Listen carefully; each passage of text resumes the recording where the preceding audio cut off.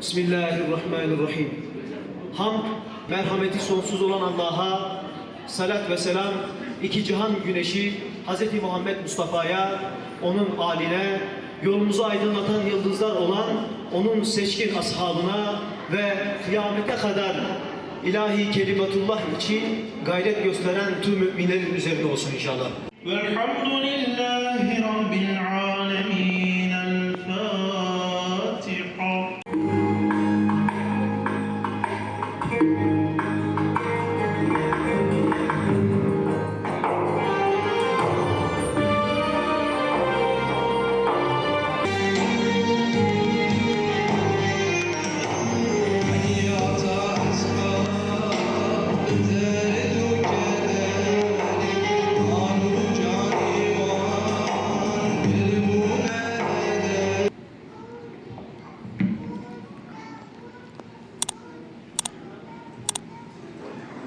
Bu güzel